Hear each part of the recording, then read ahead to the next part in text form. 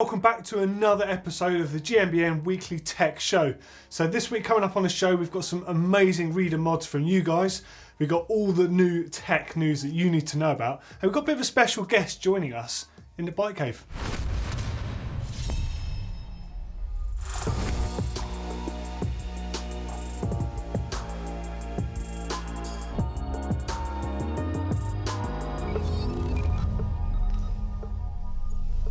So first up is the tech news, and this week I want to start with Saracen Bikes. So they were in the news a couple of weeks back with the news that they've signed up Danny Hart. But don't let Danny take all the limelight away, because Matt Walker is doing all sorts of amazing things for him, especially last year in his race season. And now he's the start of their new launch video for the brand new carbon fibre aerial. So that is their new enduro bike with 165mm rear wheel travel. Now the thing that I really like about this bike, as well as the obvious good looks, this really low slung thing, is it's one of these new breed of bikes. So it's 165mm travel out back, and they run it with a 170mm fork. I guess you could go lower if you wanted. But the thing that I really like about it is it's essentially a smaller version of the Mist downhill bike. Now we've seen this sort of thing happening, it's a bit of a trend at the moment. Santa Cruz have done this with the Nomad, and it uses a very similar sort of linkage system and low slung design to the V10 downhill World Cup bike. And Canyon have just done this with the Torque, which again uses a similar sort of low slung concept to their Sender downhill bike. So this sort of design really emphasises the point of the bike being designed to be plusher and very hard hitting. It's quite interesting to see how these frame manufacturers are making compact enduro versions of the downhill bikes. And what I see is they're making the most of the plusher suspension systems that are clearly focused on the all-out hard riding performance over a more efficient platform that you would see on the traditional all-mountain bikes of today. I mean, look at the way that Matt Walker is absolutely destroying this bike in the video, which, to be fair, I've got to mention this video in itself because they've kind of done the James Bond thing with Q in the video. And the guy playing Q in the white jacket, that is Simon Wilde. He is the guy that actually designed the bike. So it's a really cool sort of video, and a bit of a nod to the typical sense of humour you see behind Saracen. But on the tech side of things, so as I said, out back it's 165mm travel, running a 65-degree head angle is standard, but there is room to adjust that. And the wheelbase is really quite long. So even a size medium is touching 1200mm, and the XL is just about 1260. So it's a really modern bike, and as you can see, Matt is just absolutely destroying it on every bit of terrain he can. But if he can ride it like this, what's it going to be like when Danny Hart gets on one? I think Saracen are going to have a hell of a year. Okay, so next up, and this is not directly mountain bike related, but this is super tech, and I love this sort of stuff. So there's something on the horizon, and I've noticed this from John Cannings over on our sister site on GMBN Tech. And he tipped me off about this stuff called Brawn, and this could well be the new wonder stuff, the stuff that we have to have in our toolkits alongside cable ties and all the other stuff that you absolutely have to have. So this stuff to me looks like it could be cooler than Sugru, which has been a long-term favourite for me. Now this stuff comes in a ribbon form. You can mould and bond it in a matter of seconds just by heating it, and you press it to the desired shape you want. Once it's cooled, this self-bonding material quickly hardens, creating a bond as strong as steel. So I'm sold on that straight away. You can create custom grips, handles, harnesses, repair equipment, gear, anything you want. I've ordered some of this stuff. I cannot wait for it to be delivered. In fact, that might be the postman now. Okay, so speaking of cool wonder stuff and strange materials, I was at a bike show the other week and I was checking out the Exposure range of lights, and they've got this really cool POV light called Capture, which is made of graphene. And the reason they make it of graphene is they can make it incredibly light, but it's actually really resistant to heating up. So for the purpose it was designed for, as a dive light, and the way it's powered, it can power itself from its own battery or directly from your GoPro. This thing is ideal. So they pump out between 75 and 600 lumens. You can daisy chain them to run two of them, and they've got both a flood and a spot beam. So you can actually cater for the power where you want it for what you're going to see on your GoPro. So you can mount these things on handlebars, you can mount them on your helmets, and it just means that your footage is going to get that extra good pro sort of look to it. Again, I've not got one of these yet. I cannot wait to try one.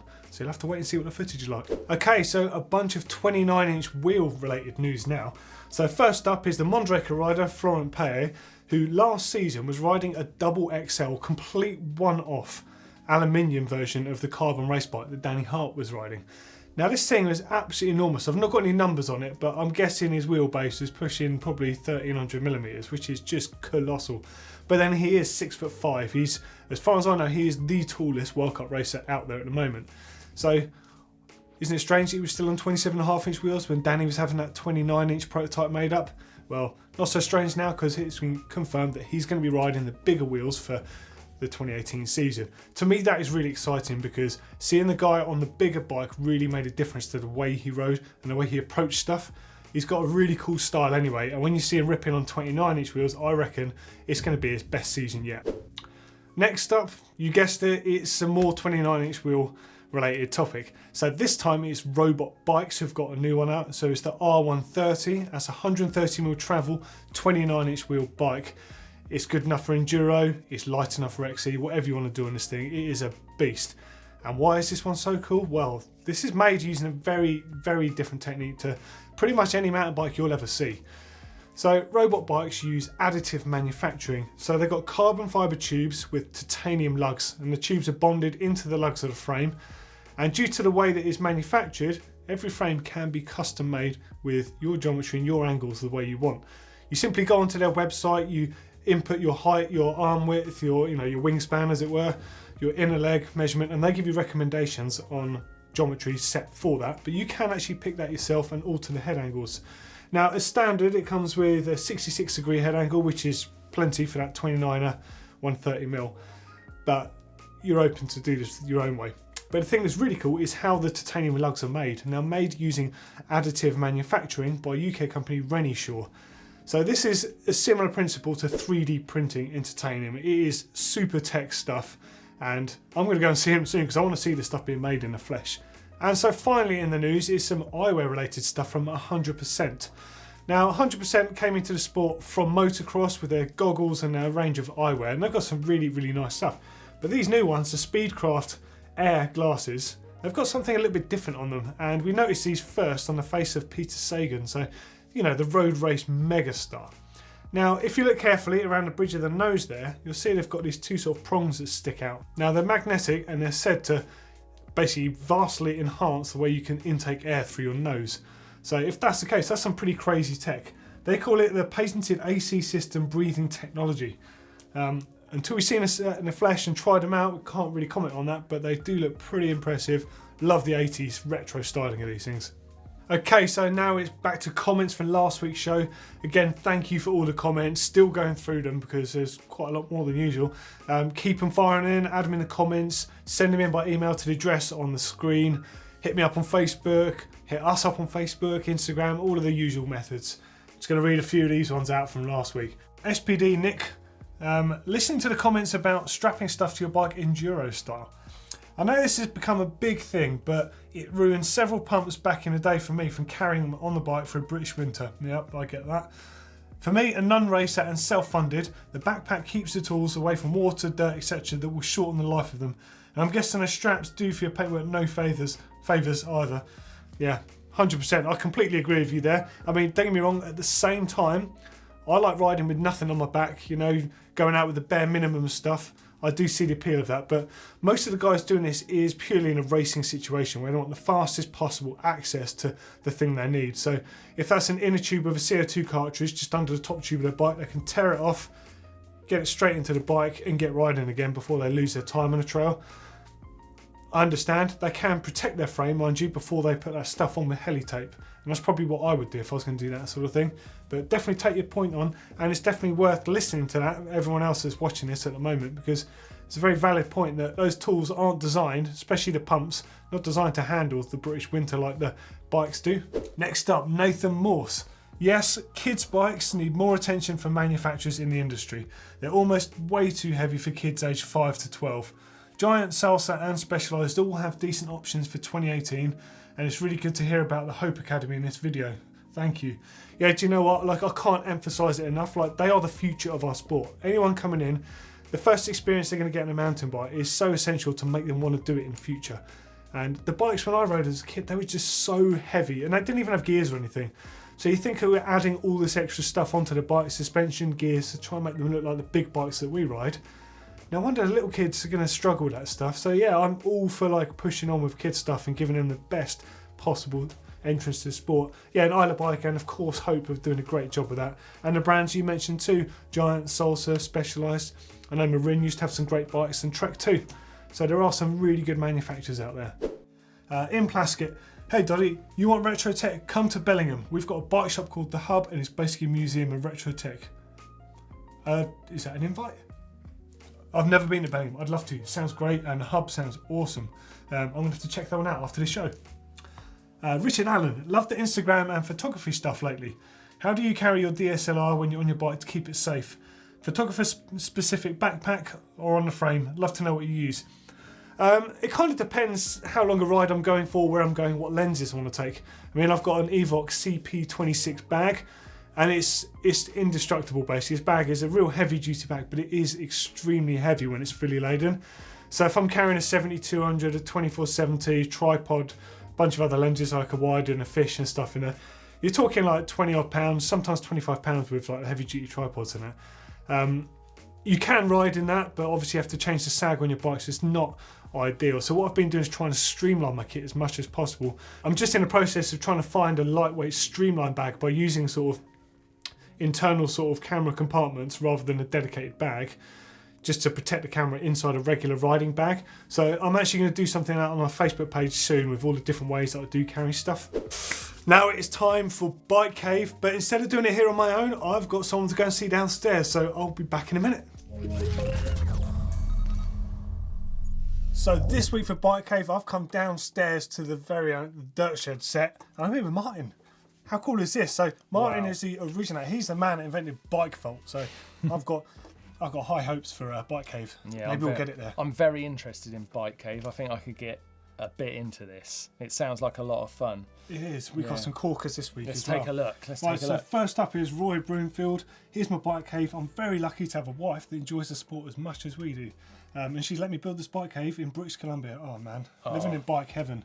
Yes. He's got a lot of kit in there. It's a good selection of bikes too. He's got fat bikes, so prepare for the bad weather. Look at that workbench, that's massive. You know what, there's good use of angles in this Bike Cave. It is. It looks more like a bike shop, doesn't it? Yeah, you know, he fitted an awful lot into not much space, but somehow kept space. He says he's originally from Dorset as well. Yeah, it's very clever. Well, to be fair, if I was from Dorset, it's a very nice place. I'd go to BC and move there.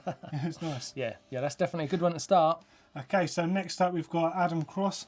My Bike Cave in the making, but it's coming along nicely. Wow, that is tiny. Oh, hey, we've got, what are they? Trail maps. Trail maps. Yeah, we've got one from Lenzerheide and one from Whistler. Yeah. And I'm liking the fact that you've A, got a dog on the workbench there, and B, you've got a can of Stella. Oh my God, yeah. There's a tiny little dog.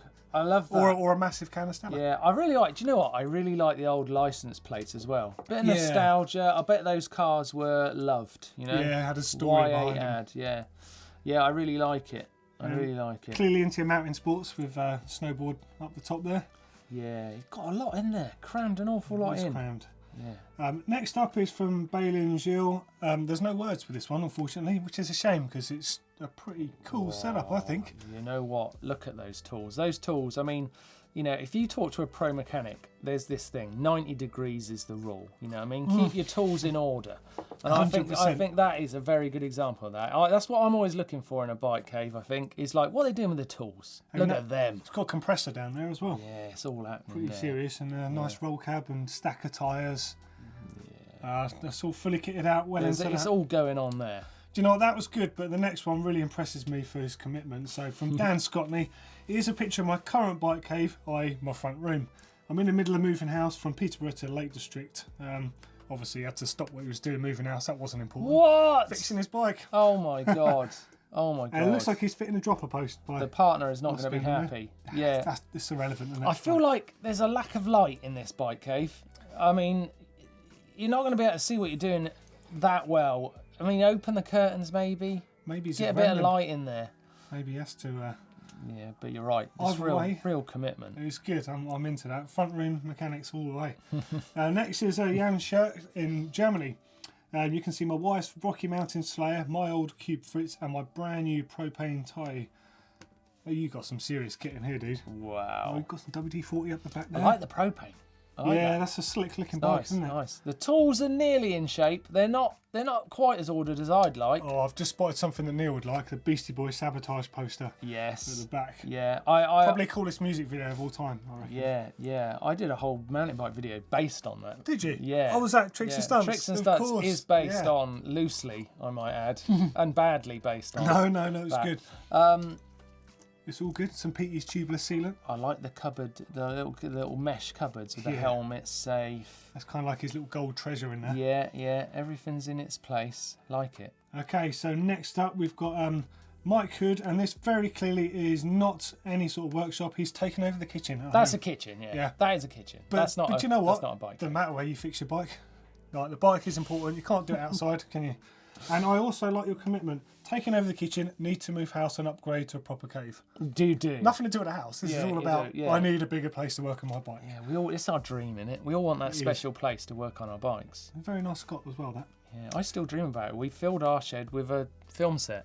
We should have thought about this. I know, we should have done. I know, it's no good. Whoa! But do you know what? This is the champion this week, because this is just off the chain. So this is Matt Cook, and he entered a couple of weeks ago into Rewind with that San Andreas Yeah, you can look see at hanging up there. San Andreas in the But he background. only had this picture before. But look at all the other stuff he's got in here. Oh He has my got God. all of the tools.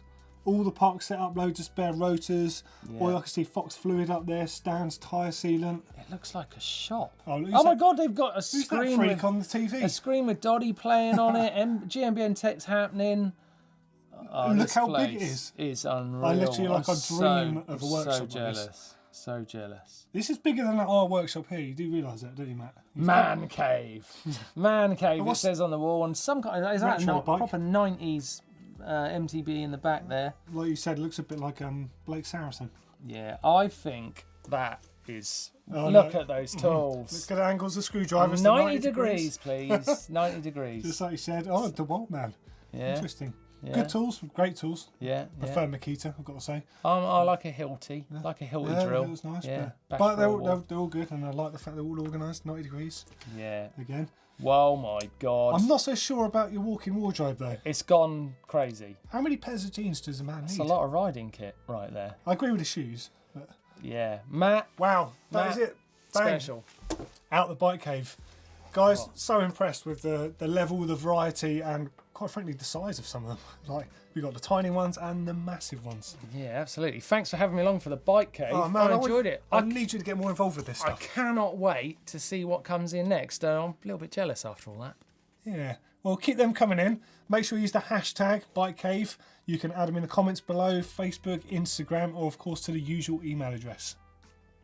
Am I an official GMBN Tech presenter now? Yeah. Yes. Okay, so now it is Rewind. This is the retro section of the show.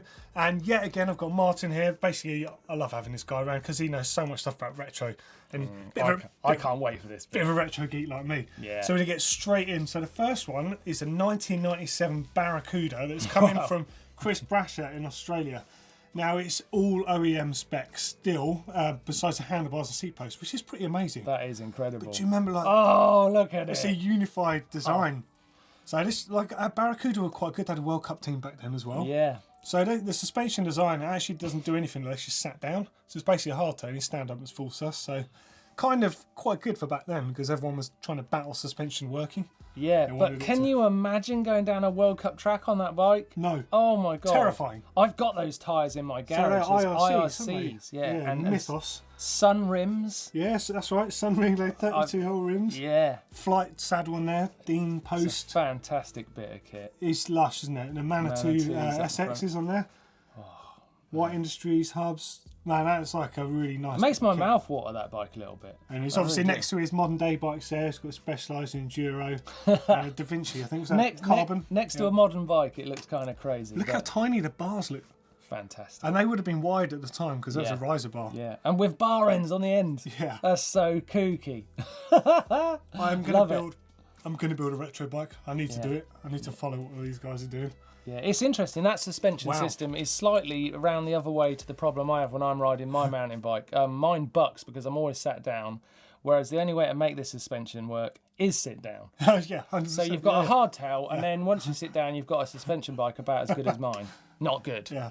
except yours looks really cool and modern. Mine does look good. Yeah. And not to say this doesn't look cool, it's cool in a retro way. It definitely. I've just noticed, because it had grip shift on it. Do you remember grip shift ESP? Yes. That was when sort of SRAM sort of started coming on, but they were just grip shift at that point. Yeah. And that was really the start of the SRAM stuff that we see now. Yeah. So ESP. really cool. Brilliant. So next one, this one's a great rewind. This is a Kona Hey. So this is the titanium frame. Yes. Remember those? So this is pretty simplistic. Love the synchro stem on there. In fact, is that a Thai synchro stem? I think it is. I think Like, that's you a Thai don't often thing. see those. I mean, I just think this bike still looks relevant. It's quite just classic like looking, if you isn't see it? a bike, you see a bike in titanium, and I just think that material just sings for mountain It's biking. beautiful, I isn't think it? it just Yeah. looks really special. It always looks premium. That bike still looks premium. I'd love to ride that. You say he's got smoke and dark tyres on there. Yeah. Which is quite cool because they've just reissued the original. They've opened the mould again. Yeah, I saw that. Yeah, on which your is GMBN Tech Show. pretty rad. So maybe you could get a fresh set on there and set of Marzuki's on there. Are they Z2s or Z3s? I forget which way around they are now. That is It's nice. a beauty. He does say, check out the big ring. It's original. There's no teeth left on it. Only saddle's seen better days. Yes, it has. It's a great XC weapon, that one. Yeah, but that is awesome. Love seeing that stuff. Yeah. Okay, and then last one for this week is this beauty from Colin Reed. So this is a GT STS-DH. So this was the thermoplastic. Wow. So they did this in alloy as well. Yes. That's what Peter used to ride, wasn't it? Yeah. I mean, I look at that bike and I can just see Steve Pete stood over it. I think he would have used that probably something very similar to that in Cairns in Australia for Worlds. Maybe a similar bike then. That'd be about right. Yeah, I think so. Yeah, just before the Lobo time, probably. Yeah, 96 or something. I love this because it's packed for technology. It's so relevant now. So the rear shock is trunnion mount.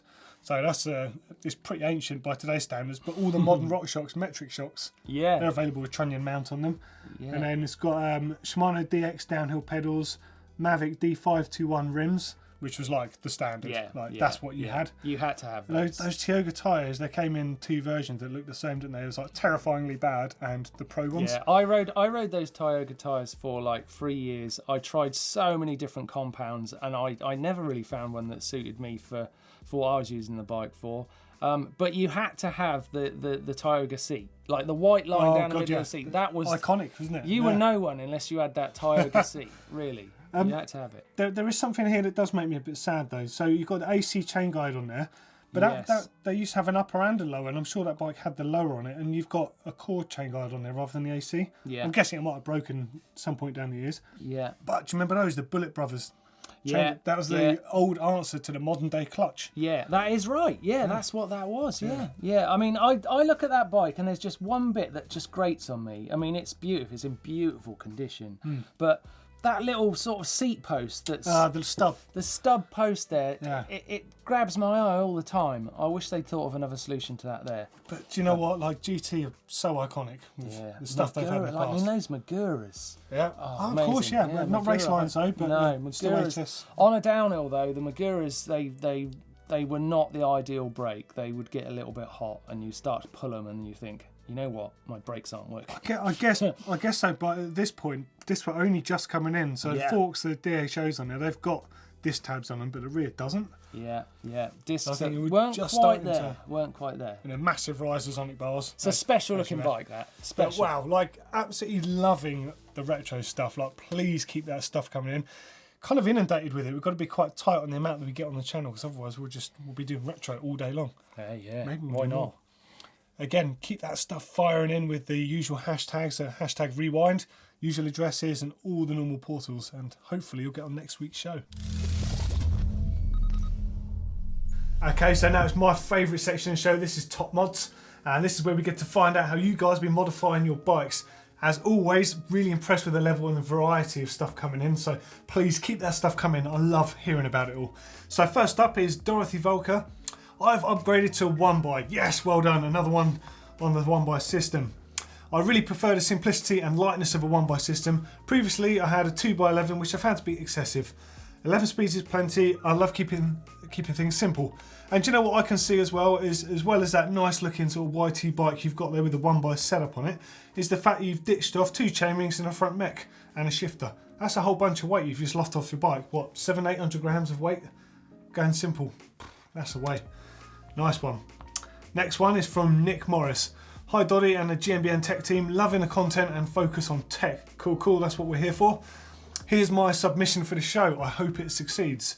Anyway, it's a simple fender made from an old document wallet, cut into the shape and attached to the frame using Sugru. That's that stuff I was talking about earlier, the self-setting rubber. It's a modest fix, but it protects my rear shock from the type of mud I ride in. It's a 2007 big hit and there were no aftermarket fenders available.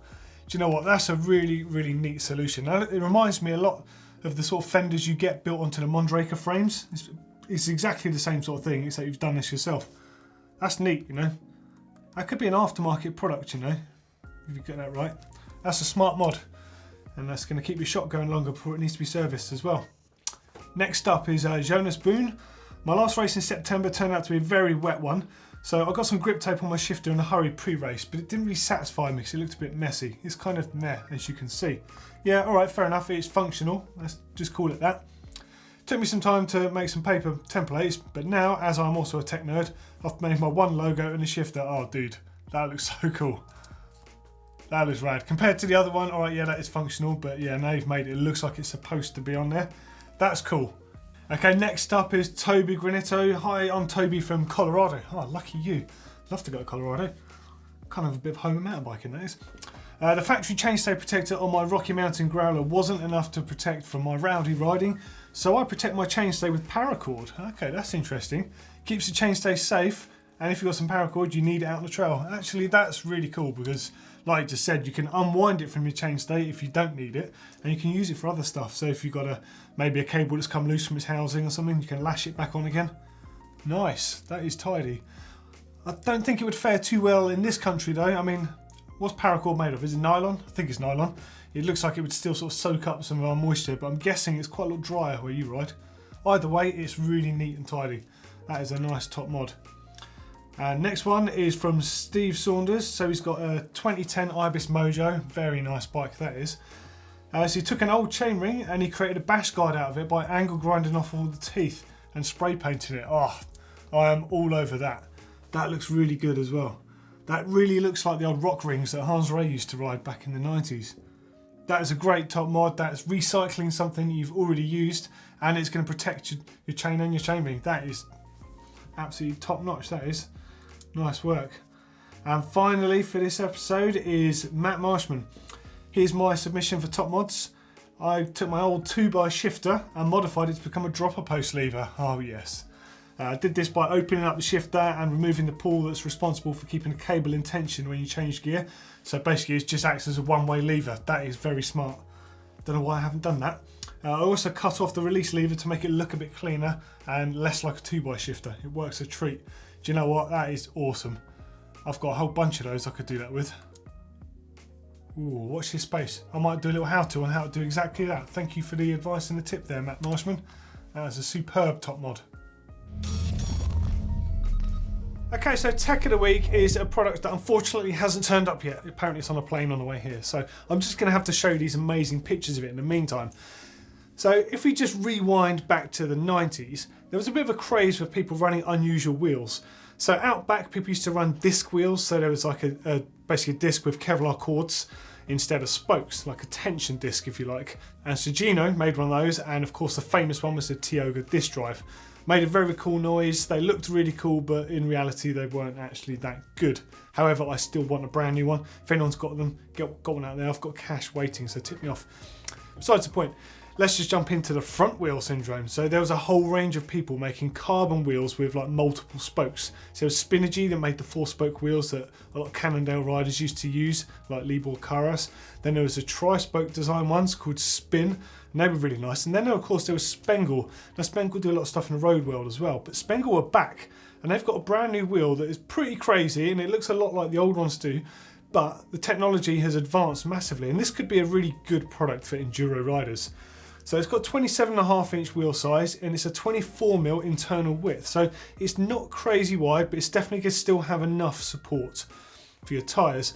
It uses a centre lock rotor mount. It is available in boost and non-boost and it's UST tubeless as standard. 1750 grams a pair, so it's a very reasonable weight for a set of hard wearing wheels. What you have to bear in mind with these wheels is it's all about the design of them. So it's a monocoque, so it spreads the load evenly and they never need truing. So as you know with regular spoked wheels, there's 3 places for the stress to go and 3 places for the problems to arise. The rim itself, the spokes which do snap fairly frequently, and then the hubs which can crack, and then the flanges can crack and snap off. So if you can put all of that stress and distribute the forces evenly across the wheel, you're going to have a very strong wheel. And also a wheel that, if they've done this right, which I'm sure they have, it's going to sort of have that inherent quality that carbon fibre can have when it's not too stiff. Actually dampen some sort of shock, so you don't actually feel everything through to your hands. They're saying that this is going to be one of the best enduro race products out there, so I'm really excited to see what this wheel is like. And as far as the looks go, I don't know. I don't know how I feel about it either way. I love the fact it's super high tech and it could be something really, really good to ride. But I never got around to riding any of the early ones in the early days. I know they were really heavy back then and they weren't ideal, but now it sounds like it's a really refined unit. It's definitely my tech tip of the week. What do you guys think? Finally for this week's show is bike build. This is what you guys have been waiting for. So up on the screen now are the list of choices that you guys have voted for most so far. So what I want to do is get your favourite one and basically build it. So it's up to you guys now to do the voting, get voting on there, and full details are in the description below this very video. So have a look at that and get those votes going. There's a date on there for when we're going to close those entries, and then I'm going to get the bike in, build it, and do something very cool with it. Okay, so that is the end of this week's GMBN Tech Show. I hope you enjoyed watching it. I hope you enjoyed having Martyn in with us on a very special bike cave and of course Rewind. And I hope to see what you guys are going to be voting for on the bike build, because I'm really keen to get that bike in as soon as possible now. And I know that those manufacturers are dead keen to be involved as well. So get voting and let us know what we're going to be building. So for a couple more great videos, click down here for the ultimate MTB spares. That is all the sort of stuff that I keep in my toolkit alongside my tools and able to fix bikes. So there's all stuff like bleeding blocks and all the sort of unusual small bits and pieces that you want to make sure that you stock up with. And you want to click up here and you will see Neil's very own bike cave with where he keeps his turbo trainer, his Zwift set up, like his motorbikes, all his cool sort of garage stuff. It's a great video that, make sure you watch that one. As always, click on the globe to subscribe, and if you like the video, give us a thumbs up.